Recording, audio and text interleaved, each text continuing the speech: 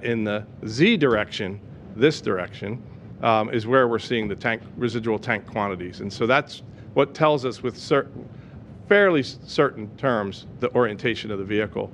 And hopefully we'll get a picture here this weekend and share it with you. Nilofer, that's all I have.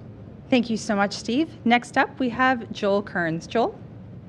Hey, thank you, Nilofer. First, let me congratulate Intuitive Machines for 3 major accomplishments. The first, as Steve said, is for having the first successful soft landing on the moon by the United States since 1972. The second is for being the first non-government commercial organization to actually touch down safely on the surface of the moon. And the third is for having a touchdown point 80 degrees south latitude, much closer to the south pole of the moon than any earlier U.S. robotic or human explorers. Let me give you some of the context for the importance of Intuitive Machines' accomplishment on their mission. In 2017, the nation charged NASA to expand our scientific and technical work in the area of the moon, science, technology, and human explorers under our Artemis initiative. As part of that, NASA went down the path to listen to what industry had been telling us for some years, which is that for robotic landing services, that we should be able to purchase that from U.S. industry instead of doing it ourselves at NASA for robotic systems. Now, NASA is very good at building and operating robotic probes throughout the solar system, but we knew we'd be going back to the moon repeatedly to do science and technical studies and eventually human exploration. So we put into place this Commercial Lunar Payload Services initiative, or CLPS, to buy, in effect, the service to bring NASA cargo down to the surface of the moon and have the data from those experiments brought back to Earth by industry. Intuitive Machines is one of the participants in that initiative that's now been awarded 3 service contracts to bring NASA equipment, experiments, and cargo down to the surface of the moon. And this was Intuitive Machines' first attempt, their first mission to the moon, carrying our cargo. Now, I have talked about all of the potential advantages of having industry do this for NASA. The industry had told us years ago that they thought they were technically ready to do it, that they thought if they specialized in doing it, that they could probably do it at less cost and much more frequently and much faster from initial order than NASA probably could, since we would normally build a custom spacecraft for every endeavor. And we've seen that so far in the progress that our CLPS vendors have made as they're working down to fly off their first missions. Intuitive Machines, though, however, in doing a soft touchdown on the moon has provided the first real evidence that this is possible to do. It's possible with today's technology, with dedicated engineering and appropriate financial management, to have a private company actually design a spacecraft, develop a mission, buy a rocket, and fly all the way to the moon and soft land on the surface of the moon. Not just in an area where we landed earlier, decades ago, near the equator with the Apollo missions, but in the unusual territory of the South Pole, which is the focus of our future human Artemis missions. This is a gigantic accomplishment. On this particular mission, we had the company bring 6 NASA science and technology experiments on board down to the lunar surface. They ranged to do studies in science, in looking at the electron density and plasma on the surface of the moon, technology studies such as measuring rocket plume impingement during landing, navigation studies on the way to the moon, down to the surface of the moon, laser ranging, fuel quantity, as other investigations. And interesting enough, when we started this, we had put together a list of different instruments and payloads that the Commercial Lunar Payload Services companies could volunteer to take down to the surface of the moon. And Intuitive Machines picked a complement of 5 payloads, which we later augmented with the radio frequency mass gauge fuel measurement experiment.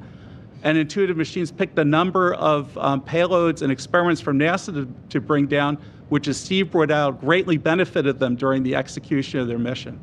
So at this point today, as Intuitive Machines looks to make sure they understand the status of the Odysseus vehicle, we are already looking back at scientific and technological data that we accumulated during the transit out to the moon, during the deorbit operations, and we're looking forward to getting even more data as Intuitive Machines finishes the checkout of Odysseus. Now, in doing so, we knew at NASA, when we went out to gather this by commercial services, that we had these great potential benefits, but we also had risks. We knew, for example, no one had previously done this. We knew we were asking industry to do an incredibly difficult thing to do, to go from those high speeds of orbital velocity all the way down to the very slow speeds to get to a particular position on the moon where we wanted them to land. And Intuitive Machines' accomplishment for this actually shows everyone that this approach will work, and we look forward to using it over and over in the future. Nilofer? Thank you so much, Joel. We'll now hand it over to Tim. Thank you, Nilofer. Very excited to be here today. They told me to smile before the press conference, and I can't help but smile anyway because we landed on the moon. A little bit about Odysseus. Odysseus is a mostly autonomous vehicle. Our operations crew would monitor the vehicle during flight. We'd provide some trajectory updates and parameter updates, and that's what got us into lunar orbit. The lunar descent is different, though. During orbit, we would prepare for maneuvers, we'd watch the maneuver, and then know that we had time to recover afterwards and replan for the next stage. But lunar-powered descent is the end game. There is no after. You're either successful or you fail. And so the last rev around the moon, we buttoned up any last-minute changes we wanted on the vehicle, and there were a few that we may talk about today. And basically, the vehicle disappeared behind the far side of the moon. We had loss of signal for 25 minutes. Everybody got up and went to the bathroom. There was nothing to do but wait for the signal to come back on.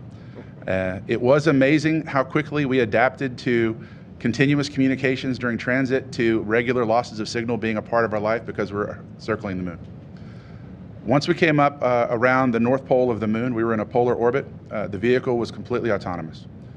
We watched as the onboard systems pointed our cameras to the moon. We processed over 10,000 images on board with our own machine learning algorithms to manage the speed of the vehicle. And the guidance system decided, based on the propulsion system, our available thrust levels, orbital velocity, and distance to the target near the South Pole, when the right time to turn the engines were. That's power descent initiation. And the engines came on approximately 13 minutes before landing. We were at full thrust for what we call braking 1. Basically, we were trying to slow down from approximately 3,600 miles per hour to something more like 30 miles per hour near the landing site. That's braking 1. The vehicle performed flawlessly. Our main engine thrust was good. Our thrust control was perfect. Engine performance has exceeded expectations in many ways.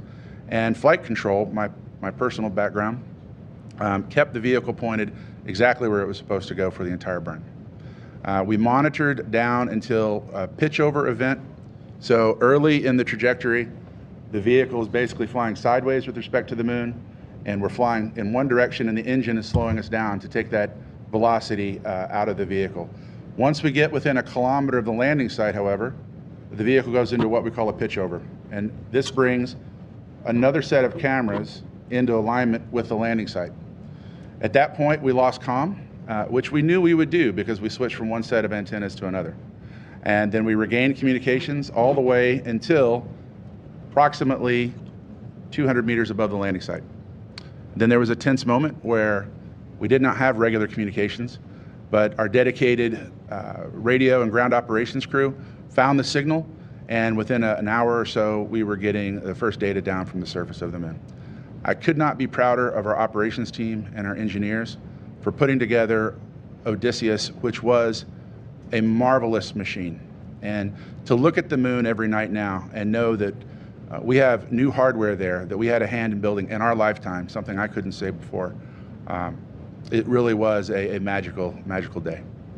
Thank you, Nerf.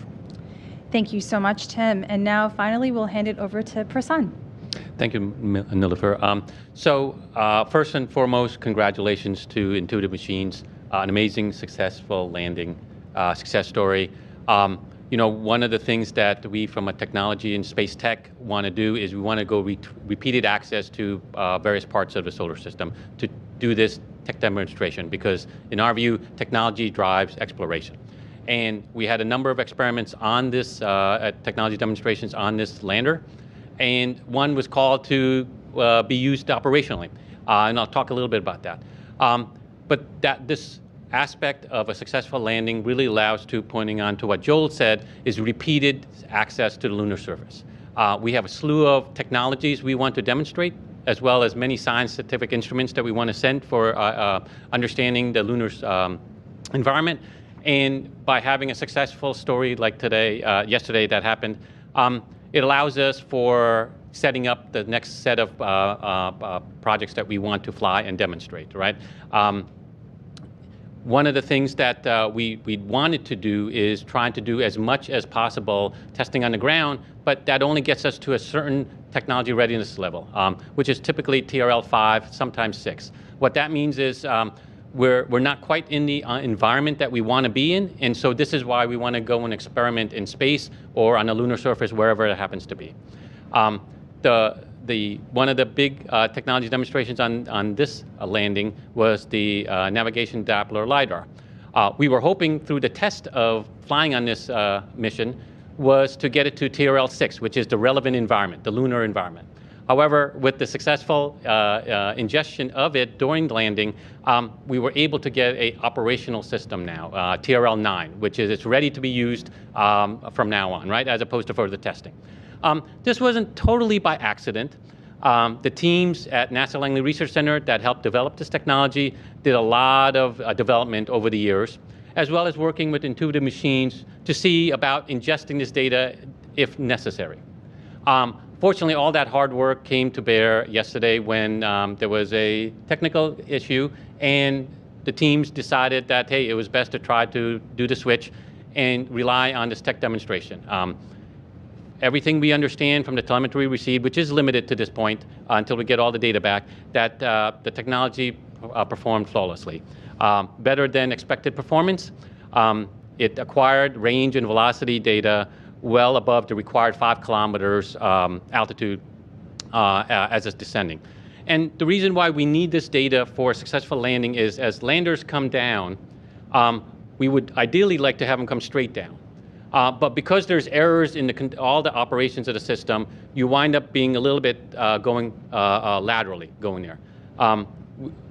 This measurement is really to try to get an understanding of that lateral motion so that the system can counteract that and zero out that lateral motion to come down straight down. So you need these type of measurements to make that happen.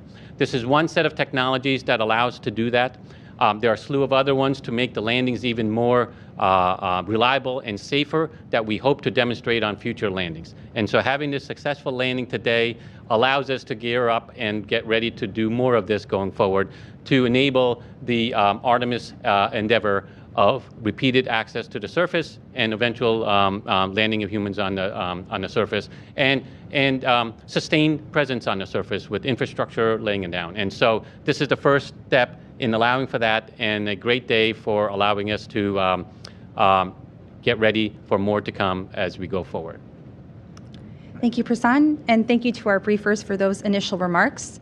We'll now open it up to questions. Again, if you've joined us on the line today or on our phone bridge, please press *1 to submit your question. Once your name is called, please state to whom you'd like to direct your questions. Once your question has been answered, you will be muted, but if your question has already been answered, you will push *2 to withdraw it. Let's open our phone bridge. First up, we have Gina Sinceri with ABC News. Gina? I think this question is for either Steve or Tim. What was your Hail Mary moment during that where you went, we think we can make this work, and we just made it work? What were those moments, or were there more than one? Well, I think there were several of those moments. Like I said, it was a spicy mission. I'll let Tim comment a little bit, but you know, the idea to pull the range telemetry from the NASA Doppler Lidar was interesting, and change out the laser rangefinder callouts in the navigation application. All that was very straightforward to go calculate. Part of that was put in a table, but part of that had to mean that we had to rewrite the navigation application software. And when you do that, to upload it to the vehicle, you actually have to stop guidance, navigation, and control. And when we ran that in the simulation, and we ran that on the flat sat, it did not like being rebooted like that software. And we saw the guidance drift way off. We saw a lot of helium usage, and that was very sporty. So I think in a very time crunch time, getting ready for powered descent, we had to work feverishly to get that sequence of events, almost like Fred Hayes in Apollo 13, where trying to figure out the sequence of events to reinitialize the software, in particular, reinitialize navigation. And so that was done in a very sporty way, and it was brilliantly executed by the team. And so that was the one that had us all biting our nails just a little bit, because once you start powered descent, there's no going back, like Tim said. Tim, do you have another one? Yeah, there was, I will say on that one, a parallel effort for sure. So we had one team rewriting the code, we had one team testing procedures, and then another team, once the code was written, pushing it up on the vehicle, moving it into place. That synchronization came down to a flawlessly executed reboot of the navigation system that allowed us to successfully land. So that was exciting. Another exciting moment we had after our TCM-1, our trajectory correction maneuver, we discovered that our engine pointing geometry had an error in it. And we had to study that a bit, and we found the reason why. We had a geometry linkage that was a little bit different than we expected. Very difficult to test how that linkage to the main gimbal would respond under full thrust in space. And so we were able to use flight data to correct that. But that was another area where we had to patch the software to put that correction in place. And we became very proficient at it. I will say, and you hear this in the space industry a lot, that we stand on the shoulders of giants. The work we were doing was built upon work people had done before us.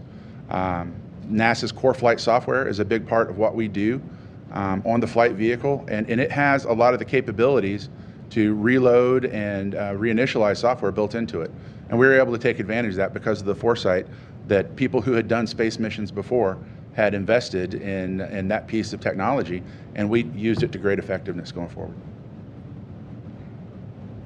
Great, thank you. Next up, we have Marsha Dunn with the Associated Press. Hi, my questions are for you, Steve. What's your best guess for how close you are to the targeted touchdown area? And you said a lake caught the surface. Do you think the lander came in tilted to catch a lake like that? Could it have caught on a rock and then belly flopped? And do you think Odysseus was ever upright even for a moment or two, or do you think it just landed on its side from the get-go? Thanks. Well, thank you, Marsha, for that question. We are reconstructing with the data that we get what we think happened. My theory is just a theory until we get an actual picture and see what happened. But if you pass me the model, Tim, I'll show you here, is if we're coming down, we came down a little bit faster. We were supposed to come down at 1 meter per second, which is about 2 miles an hour. And we're supposed to null the lateral velocity, which is supposed to be 0 when we're coming straight down. We had about 2 miles an hour going this way. And so if you're coming down at 6 miles an hour, is what we think, and moving 2 miles an hour, and you catch a foot, we might have fractured that landing gear and tipped over gently, like I said. We have to go look at when the main engine cutoff was to see if the main engine had any coupling effect to that or not. I can't tell you for sure. It'd be good to see the health of the landing gear and see how that all looks. And so it'll be a few days before we get all of that put together and reconstructed. That's an action I've already given the team, and I look forward to the answer to help inform our future flights. I can add to that after pitch over, we have a hazard relative navigation system that generates measurements at 1 hertz. This is our optical processing. And we generated 84 measurements and processed 79 of those. So 84 is important because we have approximately a 120-second timeline from pitch over to landing. So the fact that we generated 84 accounts for a portion of that timeline. They're not necessarily continuous. The fact that we processed 79 of them and they were accepted by the Kalman filter that we have in our software means that there was very good agreement between the inertial measurement unit and our camera velocity measurement and the NDL navigation Doppler Lidar on board. With those all in agreement, that means we had roughly 90 seconds out of 120 seconds, guaranteed stable flight coming in. So we were very close to the vertical phase. We don't have the data from that interval yet, and so we're waiting to see what that is. But that's a really good indication that we were in stable control and vertical at the time we touched down. Thank you. Bill Harwood with CBS News. Hey, thank you very much. I think this is for Steve. How do you guys know it's resting on a rock, as it were, and not on its side? In other words, how many degrees of vertical did your tank readings lead you to think, if you've even got a number like that?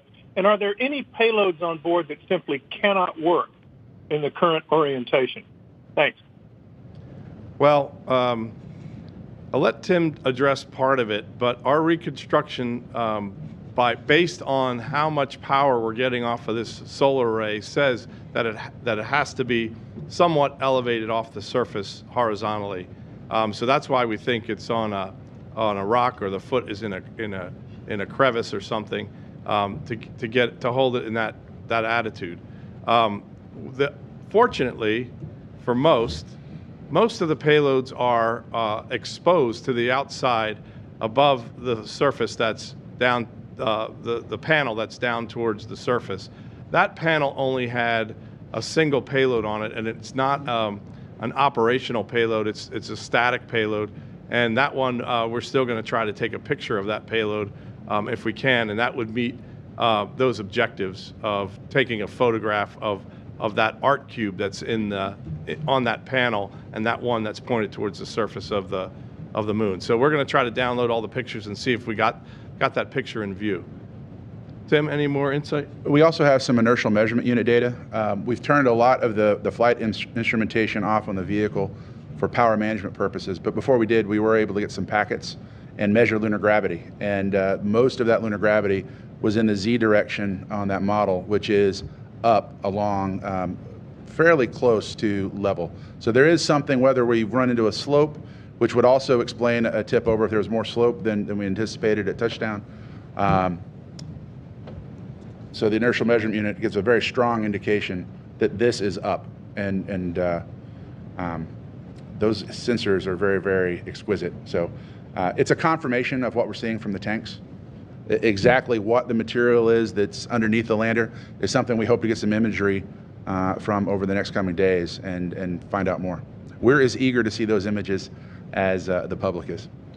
Yeah, and I would add, in terms of the technology payloads, we've already gotten data along the way to say they've been successful, right? So the radio frequency mass gauge has been working since launch, as soon as we got into low Earth orbit and going on the way. So we've gotten data all along that way, as well as during the descent, which we're still waiting for telemetry on that. The navigation Doppler Lidar, we got that real time going down, so we know that worked very well and successful aspect of it, right? The scalps, the stereo cameras, we're waiting for the pictures to come back there, but everything else seems to be working very well, so we anticipate that worked well during the descent as well, and just waiting for the data to come back to analyze to see how that went. So a lot of the payloads have already been successfully demonstrated. Yeah, and this is Joel. What I'd say is that, in addition to what Prasan and Tim said about the fact that so much data was acquired during transit out to the moon, low lunar orbit, and descent, of course we'll evaluate if there's any particular measurements that we can't take because of the vehicle configuration, but in general we expect to get a lot of data and a lot of measurements from the instruments, both science and technology. Yeah, I have an add to that too. The NDL is a perfect example of a problem solved, but the radio frequency mass gauge was also something that we used for a problem avoided. We had a temperature sensor on one of our tanks, and we fly cryogenic fluids. They're very, very cold for propellant, and a temperature sensor was reporting back colder than we had anticipated. Well, that could have been indicative of a leak, and so we were beginning to spin up some contingencies. Well, what if we have a leak? What do we do? But because we had the radio frequency mass gauge, we were able to confirm that our tank masses were stable, and we just had a little bit of an anomalous sensor reading. And that avoided a problem, and we didn't spend more energy going through that. So that technology is one that maybe isn't quite as dramatic as a late orbit software reboot, but nonetheless gave us confidence going through the mission. Great. Thank you so much for your insight on that. Next up, we have Chang with the New York Times. Ken? Yes, hi, thank you. I was wondering, I guess for Tim and Steve, sort of a tick-tock of what happened after lunar insertion.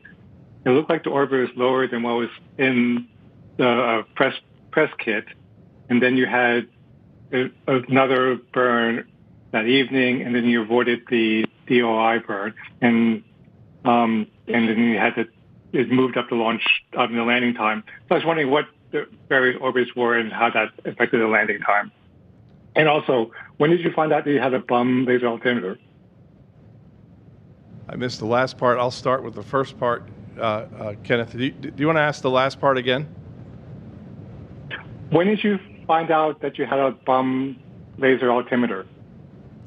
Yeah, I wanted. Oh, okay, laser altimeter. Yeah. So the first part of the question was about the lunar orbit insertion and what happened after that, right? If I understand your question right. Well, we were having some difficulty with communications around the world, communicating from the different configurations and the different dishes that we had around the world up to our radios.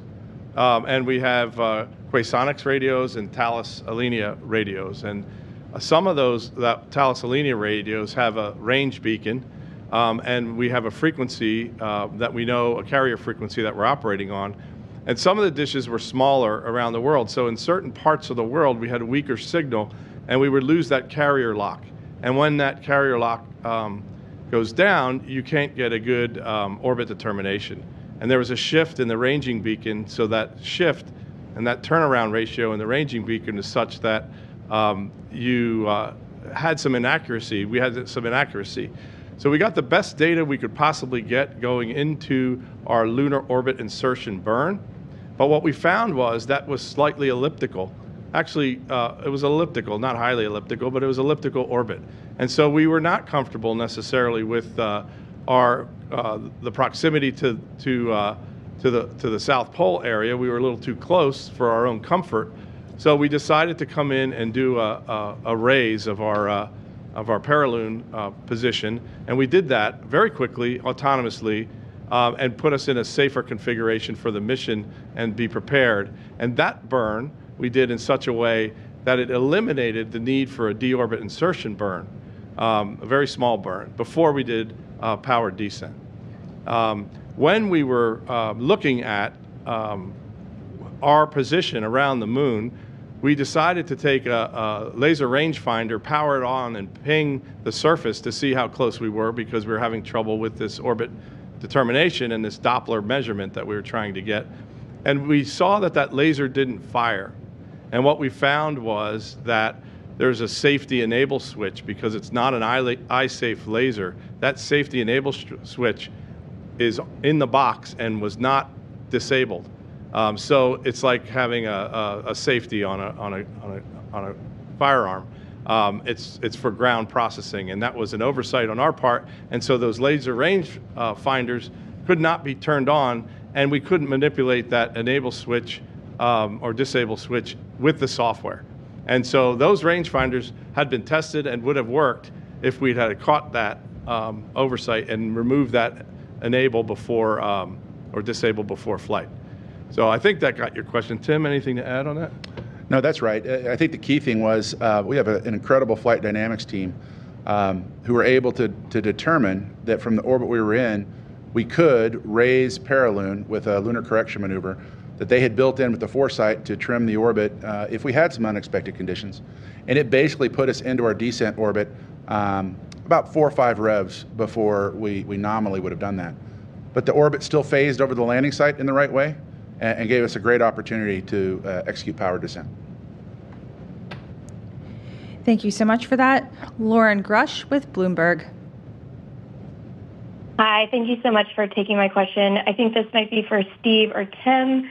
I'm curious if you've been able to determine if the tipping damaged the lander at all based on the rock that it's leaning on. Is there any concern of further degradation because of the position that it's in? Thanks. Well, again, Lauren, we're hopeful to get pictures and really do an assessment of the structure and assessment of all the external equipment.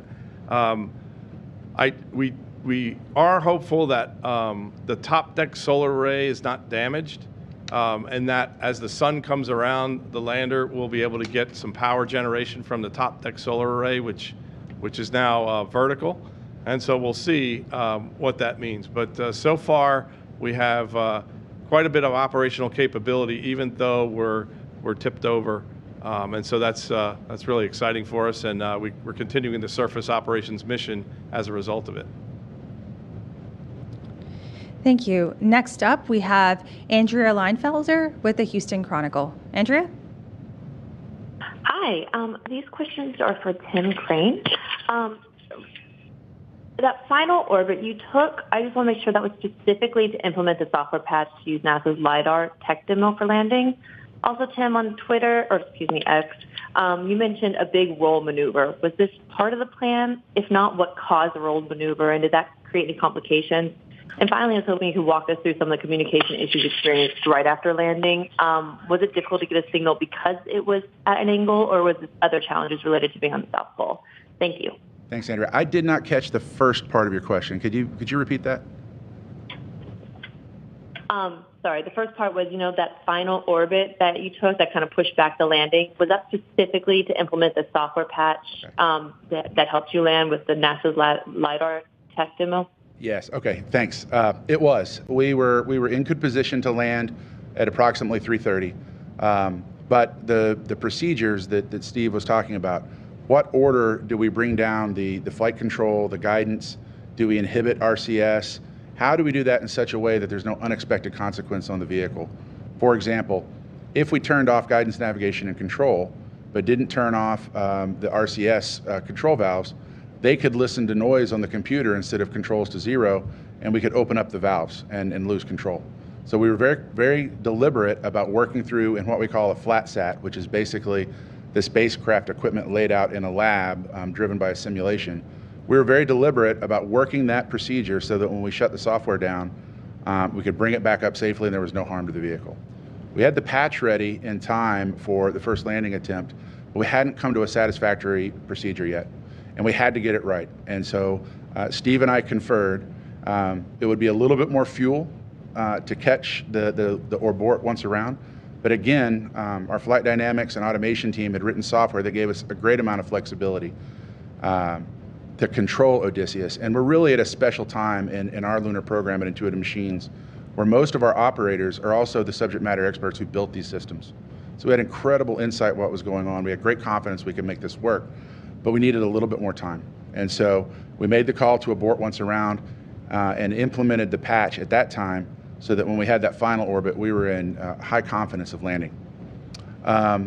The roll maneuver at the end, we had made some decisions. Every vehicle has a mass limit, and you're trying to optimize performance versus mass. We had flown a vehicle with fixed antenna, and in order to fly with fixed antenna, we had to look at what our landing orientation was at the South Pole. We landed. In fact, you'll see in this model, there's white paint on some surfaces and black paint on others. That's because we were going to land on the south near the South Pole, and the sun was going to illuminate the solar arrays, as you can imagine, and then also these white surfaces to reject heat. But on the other side, we have the cold side, and it gets very, very cold if you're not in direct sunlight on the moon. So we painted that black to catch reflected light off the moon and warm them up. So as we were coming down, we wanted our navigation cameras pointed to the ground. Then we wanted our navigation cameras pointed to the ground after we pitched over. But in landing, we had a planned roll maneuver to bring our antennas to face the Earth. And so in order to accommodate that, we had a planned roll maneuver. It was not unexpected that the roll maneuver would occur. It was also expected that there would be a loss of communications as we switched from our 1-2 antenna pair to our 3-4 antenna pair. Thank you so much for that. Next up, we have Chris Davenport from the Washington Post. Chris? Hey, thanks, everyone. For Tim and Steve, just regarding that audible you had to make, and I want to see if I can hone down on some of the chronology to get a sense of how the day unfolded for you yesterday. About what time is it that you realized that laser rangefinder wasn't working? And then did you immediately know that you could go to the NDL system? Was this something you had planned on as a contingency, or did you kind of make this up on the fly and decide, work on it, in real time yesterday? Thanks. I'll start, and Tim will add a lot of color to this because this one was, like Gina asked, was the Hail Mary issue. When we went around the night before and we made that laser rangefinder measurement, it looked like the laser fired. We got an enable in the data, but when we did a deeper analysis of it, it was not actually fired. It was an error in the telemetry. So when we dug into it, we that morning, this was the morning of landing, we called MDA and asked them what they thought about it and could we convert that physical enable switch to a software change to command that switch, and they indicated no, there's a physical cutout for this and not a software-driven cutout for this. So I get into the control room, I can laugh about it now, and Tim was on console as the mission director, and I said, Tim, we're going to have to land without laser rangefinders, and his face got absolutely white because it was like a punch in the stomach that we were going to lose the mission. And we went around and we said, what are we going to do? We started to hack into the OS, the operating system of the laser rangefinder, to see if there was a way we could trick it some way. We thought about running a simulated table of the powered descent phase and predict with some parameters how we might land, and there's just way too many variables in that running a simulation table in against a real world situation, so that wasn't going to work. And so Tim and I were walking through the halls and trying to find the experts, and he came up with the idea that says, why don't we just plumb the high beam laser and the low beam laser from the NDL into the registers for the HRN laser rangefinder and the TRN laser rangefinder. He came up with that while we're walking down the hall in a hurried way, and it only would work if we ingested the range measurement in the nav application.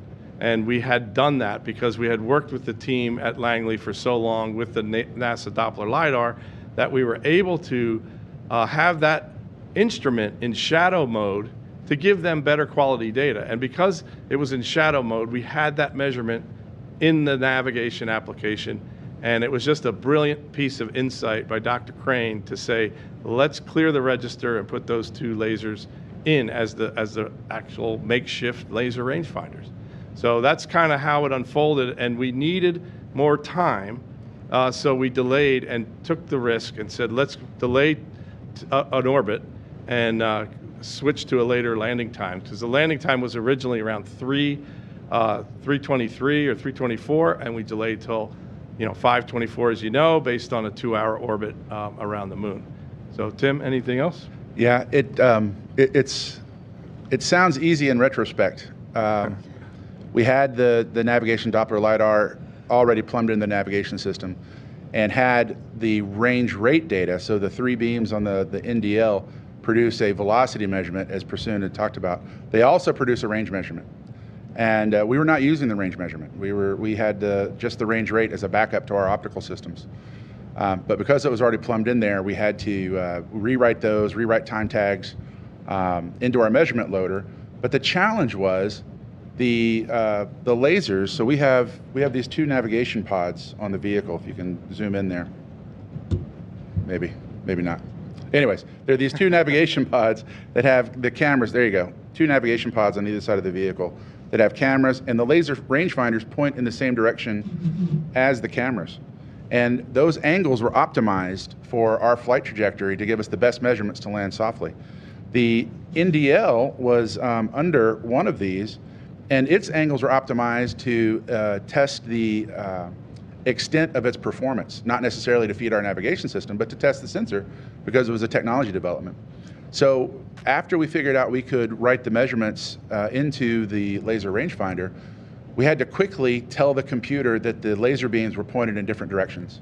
And so there were a number of attitude transformations of, It's not in the same location, it's not in the same orientation. And if you've ever seen engineers doing right-hand rule transformations, there were a lot of broken wrists, put it down here, as people were trying to figure out which way is it pointing. And I will tell you that in normal software development for a spacecraft, this is the kind of thing that would have taken a month of writing down the math, cross-checking it with your colleagues, doing some simple calculations to prove that you think you're right, putting it into a simulation, running that simulation 10,000 times, evaluating the performance. Usually you find an error because you did something in that rotation wrong, and you roll it back and you go again. Our team basically did that in an hour and a half. And it worked. So it was one of the finest pieces of engineering I've ever had a chance to be affiliated with. I'd like to add to that that the performance of the navigation Doppler Lidar technology and payload that was developed by NASA's Langley Research Center was outstanding, and it was reliable. And that's what got Intuitive Machines some of the key data they needed in order to soft land. Great, thank you so much for that.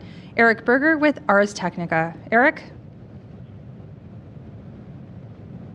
Hi, thanks very much. Congratulations. Two questions for Tim or Steve. First of all, about propellant management. I'm curious how the cryogenic boil-off matched up with your expectations and kind of how much prop you had left at the end. And then what is the data transfer rate you're getting now versus what you expected? You know, trying to get some sense of how much data you're going to get back over the next week or so versus your original expectations. Thanks. Propellant. So actually, the cryogens did very well. And just a correction, Eric, our system doesn't really have boil-off. Our tanks are rated to hold the pressure of the methane. It's very close to space storable. Really, what we're worried about isn't a propellant boil-off. It is temperature management. We want to keep that cryogenic fluid very cold because the density of that fluid in our engine is what gives us the power of that thrust system. So really what we were looking at throughout the flight was, did our insulation plan and our isolation of the cryogenic tanks from the hot material of the spacecraft, did that give us the right thermal protection so that we did not heat that cold system up? And that worked very well. We found ourselves in a very good situation with propellant all the way through the mission. We used a little bit more helium than we thought through the mission, and had to adjust our control approach for that. And that was probably the area of concern. We were running a little bit low on helium. So a lot of lessons learned there on how we'll manage that going forward that will play out very well. And in terms of the bandwidth, that's difficult to answer.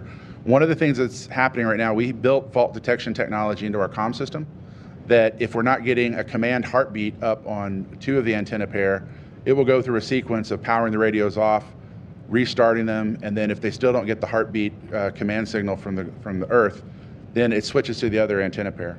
And so one of the first things we're trying to do is get out of that flight configuration and stay locked in on 2 antennas. But with that flip-flopping back and forth, right now we're trying to get the command up to move out of that flight mode, but there's a beat frequency of we go from a good configuration to one that's down, and then we're about to come up to the new one, and we move to a new antenna. And so we're working through that. When we left to come over for the briefing, I think they just about had that solved, but I can't give you a strong number because there's a variability there as we go from different antennas to different dishes around the world. Great, thanks again. Jeff Faust with Space News. Jeff? Good afternoon. Maybe just to quickly follow up on Eric's question for Tim, what is your best guess at how good the data rate you can eventually get once you optimize the system for the lander and its configuration? And then also, I think this question was asked earlier, I may have missed the answer. What's your best guess in terms of margin of error of how close you are to the predicted landing site? How many kilometers away do you think you touch down? Thanks. Yeah, great questions. Thanks, Jeff. Best guess, in terms of bit rate, that's hard to say because that does vary with the antenna size and the sensitivity of each antenna. But we expect to get most of the mission data down once we stabilize our configuration.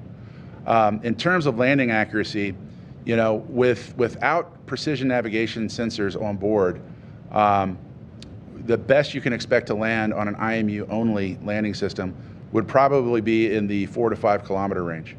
However, our optical navigation sensors performed flawlessly. In fact, our optical measurements looked better on the scopes than they had in simulations. So I'm confident that we're well within probably a 2 to 3 kilometer accuracy of the landing site for this mission. Would have been better if we'd have had our full complement of sensors as expected.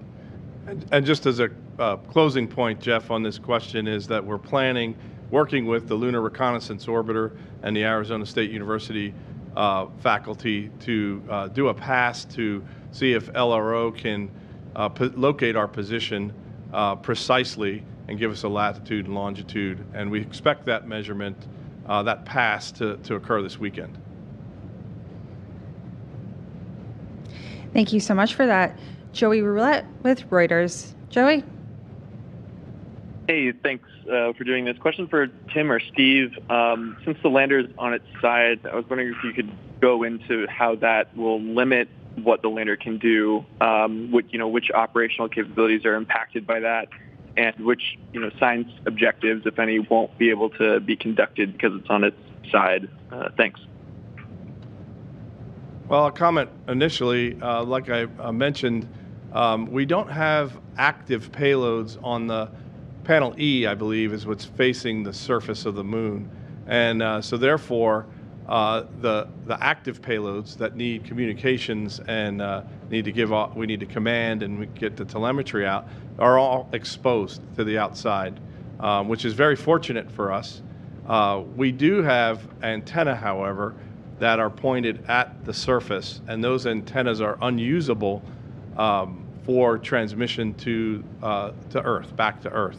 And so that really is a limiter. Our ability to communicate and get the right data down so that we get everything we need for the mission, I think is the most compromised from being on our side.